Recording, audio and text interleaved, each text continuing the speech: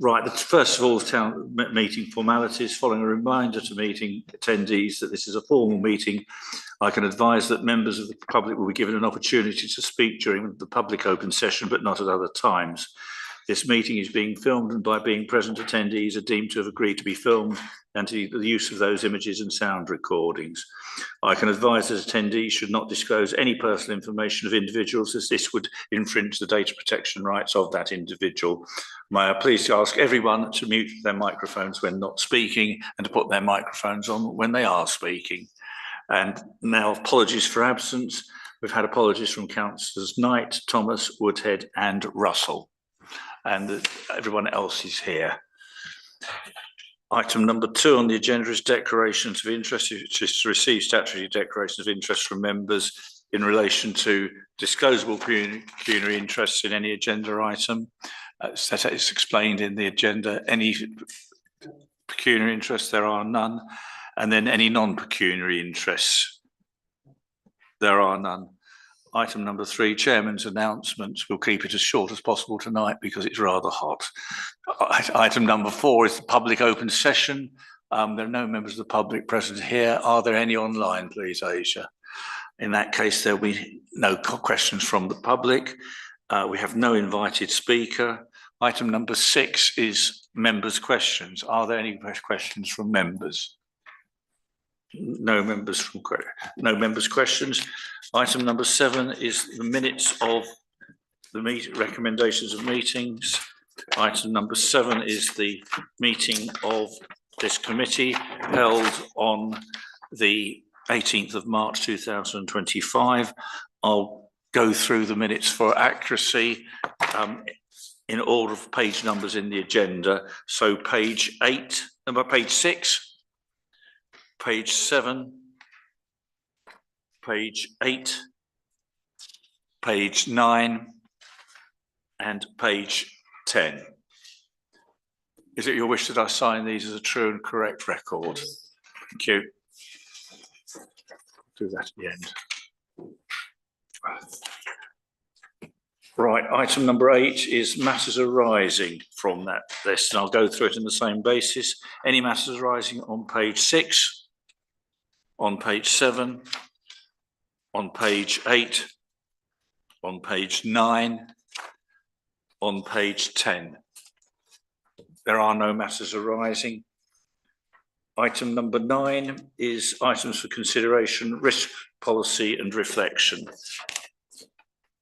Now that has been presented, it will be presented tonight by Mr. Bohr. I will work on the basis that all councillors have read the agenda and the documentation. So over to you, Mr. Bohr. We don't need to necessarily go through the background, but I'll leave it to you to how you present.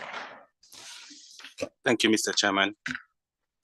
So officers have reviewed the risk policy and we've carefully looked at the policy in detail, and officers have come to the view that there shouldn't be any changes at all.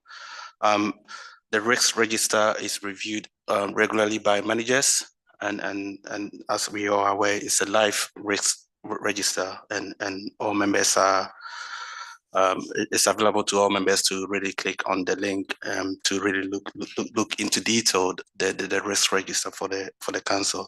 The recommendation is please consider and approve the risk management policy document in order to enable officers to publish it on the town council's website. Mr. Tarrant, do you wish to say just something? One statement, if that's okay. So an additional critique that happens within the council, internal and external audit pay particular reference to our risk management. So again, that was signed off when we did our recent inspection. So that's a powerful message to council, I think. Thank you. Perhaps you could just note that comment, please, Aisha, when due course. Members, your comments and observations, please. My Chairman. Happy with the risk policy, no issues with the risk policy. I might just say, just in terms of the agenda, the title of the agenda item, it says risk policy reflection. I've been minded to have called it a risk policy review if that's what's actually happened. But in terms of the content of the report and the fact that the policy has been reviewed, I've no issue at all. I think we've got a good, robust policy in place. So you would move the recommendation, would you? On that basis, Chairman, absolutely. Thank you. Councillor Allbone. Happy to second that. Thank you. I'm pleased to say that the current pot risk policy is on the website, so that was continued. So it's just easily continued. Any further comments, please, members? If there are none, all those in favour, please signify. That's carried unanimously. Thank you very much, Mr. Bohr.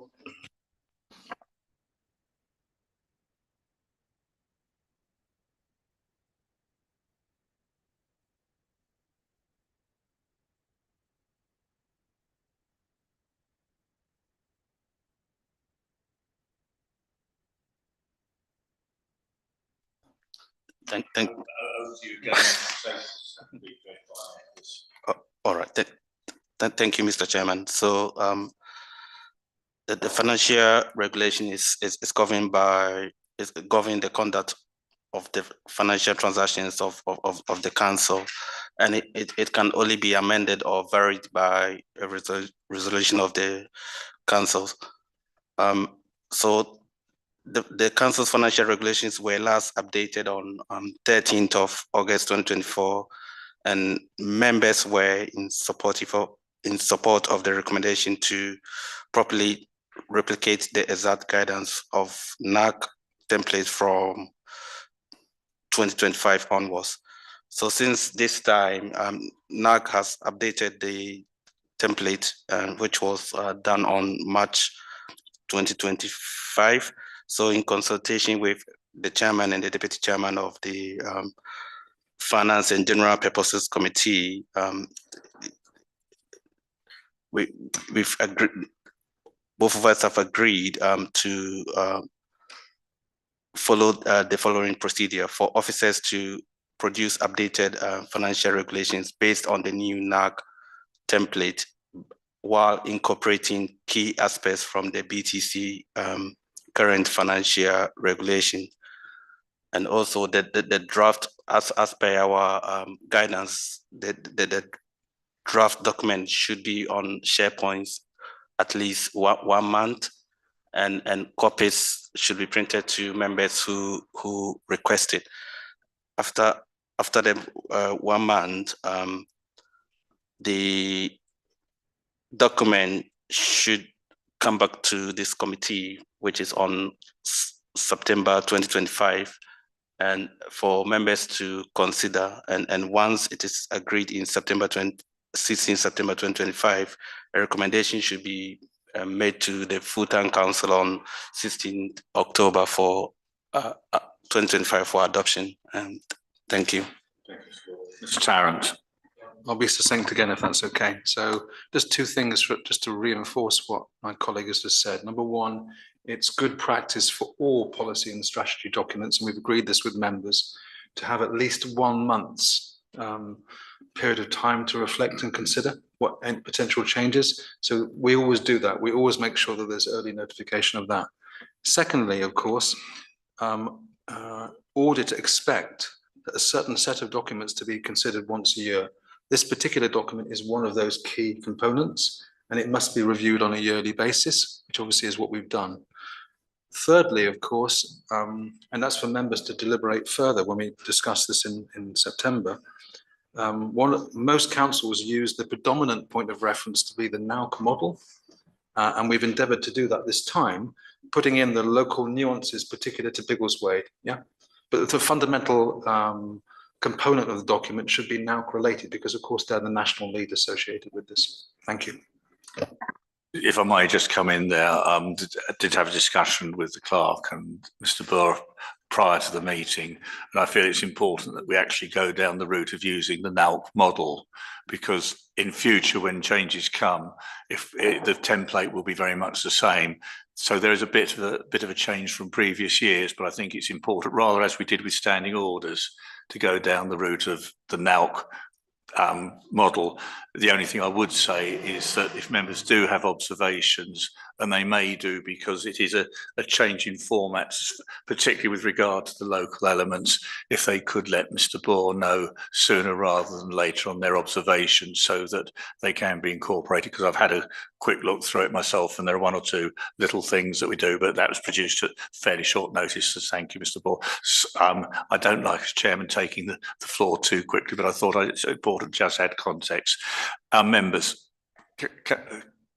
Councillor Agnew. A very quick one, just to say thank you very much for your consistent work. I think this approach actually works for us all because we will have time to reflect and pick on small things. Talking of small things, in the number 2 of the background paper, in the last phrase, members then requested for critique and comments. And yes, we'll look here, like a small typo. So we'll look forward to receive another reminder sometimes around August. Thank you. Councillor Foster. Yeah, again, no problem with the process. Things are going to process. I've just been minded to sort of think about what, if you were a member of the public, what would the member of the public see looking at our agenda? And I appreciate this is what we are going to be doing in September. So I've been minded to ensure that if a resident was looking online for our documents, that the documents are available. And if they are, and I've missed it, that's fine. But if they're not, if we can make sure they're certainly in the September meeting, that the documents are available. So it's not just SharePoint, that we're minded for residents as well. Thank you. Happy with the process. I think it's the right thing to do. Councillor Alban. Yeah, just a question. When will the draft version be loaded up to SharePoint? It's not there at the moment. Not that I can see anyway.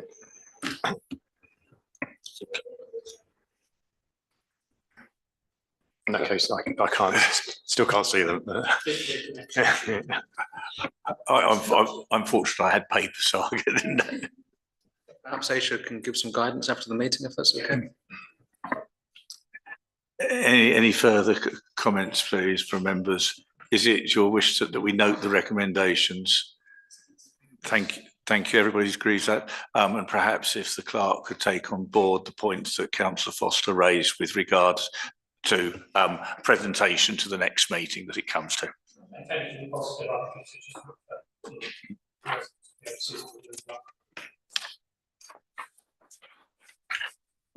Next item on the agenda is 10B, the AGAR report for 2024-25. You'll note the agenda says that it's been submitted to the external auditor on the 20th of June, and the notice for the exercise of the public rights was published on the same day. I think all we need to do on that, members, is actually note it. And so if everyone's happy with that, we move on. Item number 10C is the bank reconciliation. Again, this is to note that will be presented to Town Council on the 12th of August for the first quarter. So I think if we note that, is everybody happy with that? Item 10D is the bank signatory update. There was a resolution that the chairman of TCM and the mayor were added to the Unity Trust bank accounts. I believe that process is ongoing. Has it been completed yet, or are there still processes that are in the hand with Unity Trust to get it finalised? All right, thank you very much. So one member has completed, fully has access now. So there is only one remaining, but I believe by the end of this week or next week, hopefully both members will have access. And right, well, I'm sure the committee would like that member reminded by you, Mr. Bohr, that it needs to be done sooner rather than later to spread the load on the banking arrangements. So I think the committee would be quite happy if you gave them a gentle reminder, because they've probably got work commitments or otherwise. Otherwise, do you wish to note the report? Right, we now come to item 11, which is the public open session. We've still got no members of the public here, but Aisha, have we got anybody online who wishes to speak? In which case the public open session is over. Item number 12 is the exempt items, and the resolution is set out before you. Is it your wish that we go into exempt session? That's moved. All in favour? Thank you. We're now in exempt session. We'll just take a short